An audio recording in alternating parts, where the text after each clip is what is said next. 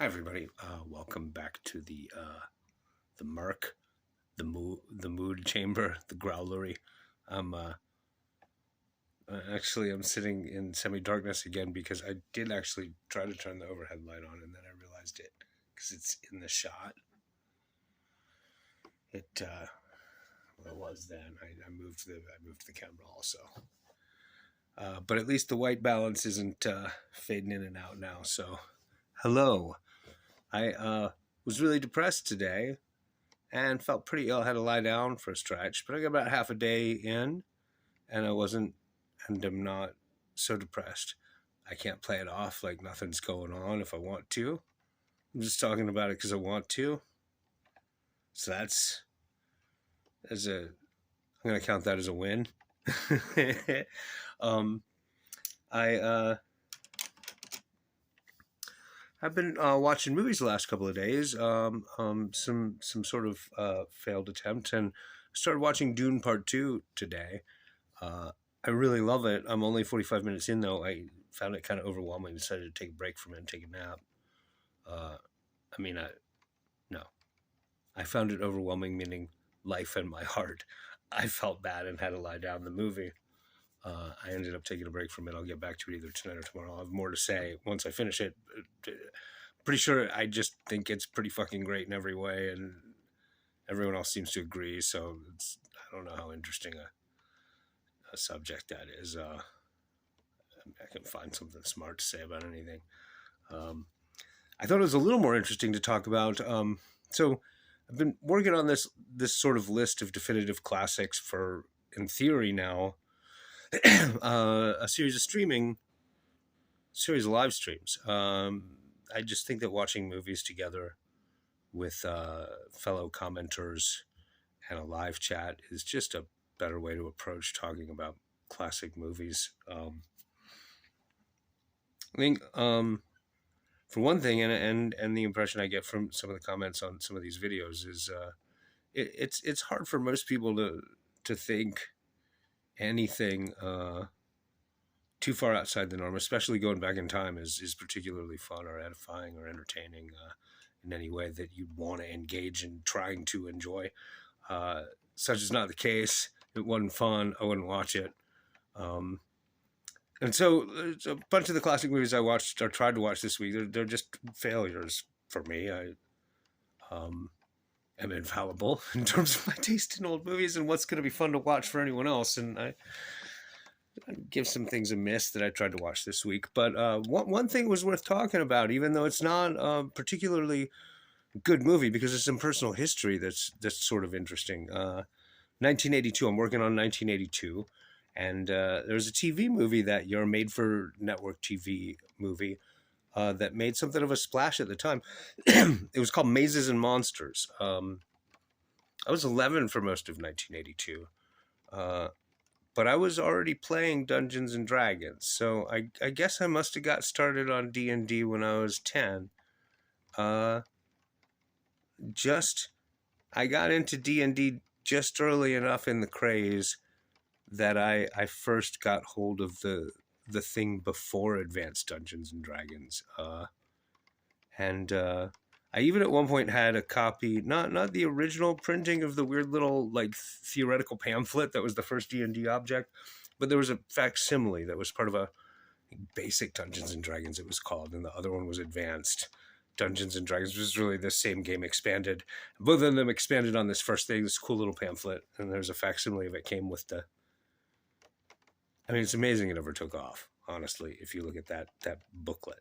But it's a cool object. If you ever get a chance to read it, I'm sure it's online, actually. You do have a chance to read it. Um, but the mazes, the Dungeons and Dragons panic sort of lines up with what's now called the Satanic panic in the 80s, which I also got caught up in an odd way. So I was like 14. The Satanic panic thing was blown up in a big way. My mother went into the hospital for emergency surgery. And I got sort of abandoned at the house. Her church friends, I think, had come by, make sure I was alive and could feed myself dinner, and then left me there. wasn't any particular reason not to leave me alone in the house. I was 14. I wasn't going to burn the house down. But what I did was bring over all my friends, um, smoke weed with them, and we were talking about the satanic, all the stuff in the news about Satanism, and so we somehow this developed into like there's a white sheet on my bed, and we pushed the blankets out of the way and took turns writing satanic sayings on the sheet with a Sharpie until the sheet was really good and ruined. It looked like a signed cast, except it was all Hail Satan and stuff like that, pentagrams. Uh, One kid was writing quotes from Meister's Ending about lyrics. Remember that? Because the cops were really interested in that. So I don't remember how cops arrived at the house. I have no recollection. Something tipped the cops off that there were teenagers in the house with no adult supervision, and cops came to the house. And I was 14. Maybe we weren't smoking weed because there just wasn't any reason not to let them in. But you know what happened? There wasn't anyone around but me by the time the cops got there. It was like the next day. And I had just slept on the sheet with all the writing on it.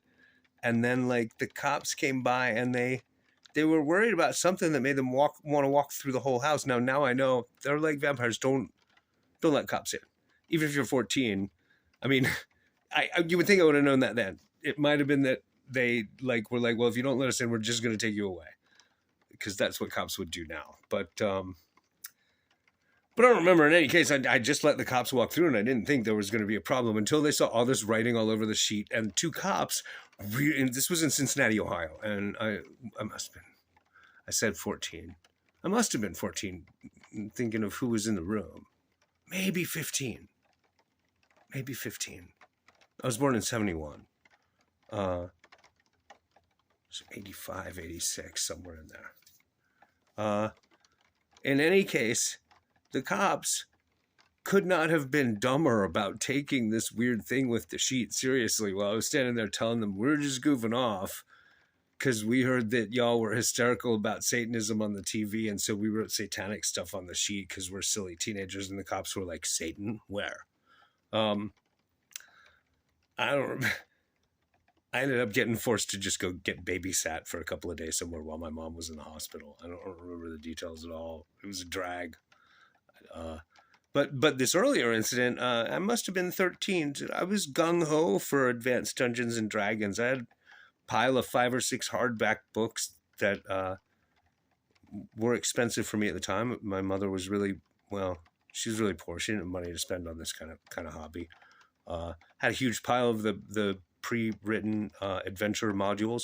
I had no friends with which to play Dungeons and Dragons, but I was really into it all by myself. I was ready to go as soon as I met people. So, but my mother and her church-going friends. So my mother was the kind of half crazy person that every church has to deal with, I'm sure. She and her clique at any church she went to would get really into these sort of semi-hysterical prayer circles and talk a lot about prayer warfare, and they'd pray together and spin these dizzying webs of semi-perceived invisible opposition to God's will in the form of powers and principalities and demons roaming the earth. I'm sure you know the type. I mean, most of my fans among the 107 followers here seem to be Christian and pretty crazy, but we're crazy Christians in a sort of a manageable sense compared to what I'm talking about. But I'm pretty sure if you know who I'm talking about, there's one in every church. There's really a group in every church. And my mother got herself kicked out of churches a couple of times because of this kind of behavior. Is part of why she went to multiple churches. That and a couple other things she'd do to get herself in trouble at church. But in any case, I guess it must have been 1981 or 82 or 83. She and her friends got the idea. This was slightly before the Satanism craze, was the Dungeons and Dragons craze. And this was the beginning of gaming as a mainstream and shared adult and teenage activity, and not just for little kids. Before Dungeons and Dragons, gaming for adults was pretty limited. I mean, yeah, there were guys who played chess. uh, or dominoes or backgammon. That was about it. Dungeons and Dragons was a huge breakthrough in gaming in so many ways, but that was one of them. So Dungeons and Dragons circles are sort of like online gaming circles now, that the actual dedicated players ranged from like as adult as hell down to 10 years old. That was already a little weird. I'm not sure that was the main thing people noticed about it being weird. That game role playing itself was a new concept. I remember having to explain in my teenage years how role playing games work mechanically often. But the hysteria about the craze that was Dungeons and Dragons was centered on the idea that the way these games are structured causes problems distinguishing between reality and fantasy. Now, it's just widely known and common knowledge that there are certain kinds of mental illness that certain kinds of gaming will bring out, and it's not necessarily even particularly negative. It's just like a test for symptoms. Distinguishing reality from fantasy, I don't know. Certain kinds of fiction writers are a little wiggly like that too. Not being able to quite understand the distinctions between this imaginary other realm and your character in it, and the character not even really being a projection of you or supposed to be you. I'm wandering into the weeds trying to talk about it, but you know what I'm talking about. At the time when Dungeons and Dragons first sort of blew up, it wasn't understood at all that there was just sort of a certain kind of pre-psychotic or pre-schizophrenic kid who the game would just bring out the symptoms. Now, I want to say there must have been one or two dramatic cases of somebody flipping out and suddenly putting on a fake suit of armor and moving into a cave and waving a sword at people until the cops took him away. There must have been incidents like that, or at least one or two, but maybe no more than one or two. I mean, this is not exactly a vast social problem now that gaming is everywhere, and this kind of gaming is everywhere. Again, we all know one or two weirdos. But my mother and her church friends just got the idea that Dungeons and Dragons was demonic or witchcraft or something. I mean, they didn't like the imagery. They didn't like the wizards and spells and this stuff in sort of a silly, childish way. And they and this thing about the mental health issues it caused was all in the news. And the upshot of this is my mother and her church friends just bullied me about, like, we need to exorcise you and pray over you all the fucking time, until I finally voluntarily just threw away all of my Dungeons and Dragons stuff to shut them the fuck up. And I've never really enjoyed playing any game since. I just don't play games. I was 12 or 13 and I got bullied into throwing away the Dungeons and Dragons hobby entirely. It was 2 big boxes full of stuff that it was really hard for me to be able to afford it all. And I just, I don't play games now. With rare exceptions, went through a Candy Crush phase. I played Diablo 2 for a while because my girlfriend had it for CD-ROM. So, but this 1982 movie was called Mazes and Monsters, and it's not a. I mean, it's not a terrible movie. It's just mediocre TV from 1982. It was based on a bestseller, and the premise was that there's this circle of kids who play this game called Mazes and Monsters, which presumably is thus named because Dungeons and Dragons was proprietary. And one of the kids goes crazy, starts hallucinating. Now, I didn't make it into the movie enough to see this the other night when I tried to watch this. I remember being very disappointed when I was 11 years old because all of the story I'd been promised that would be about somebody hallucinating that he's in a live action Dungeons and Dragons role-playing game is Tom Hanks cowering in an alley while a uniformed cop reaches out to him and is like, are you okay, son? And he's supposed to, like, Tom Hanks is seeing an orc. He's like gator-headed. He's like the alligator people. In fact, I don't know why I didn't fast forward to this scene. I just knew it was going to take me 5 minutes to find it.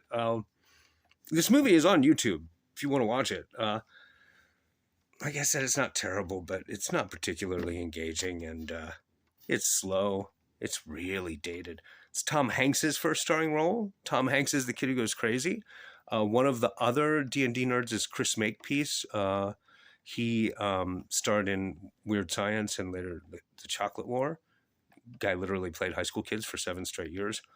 Um,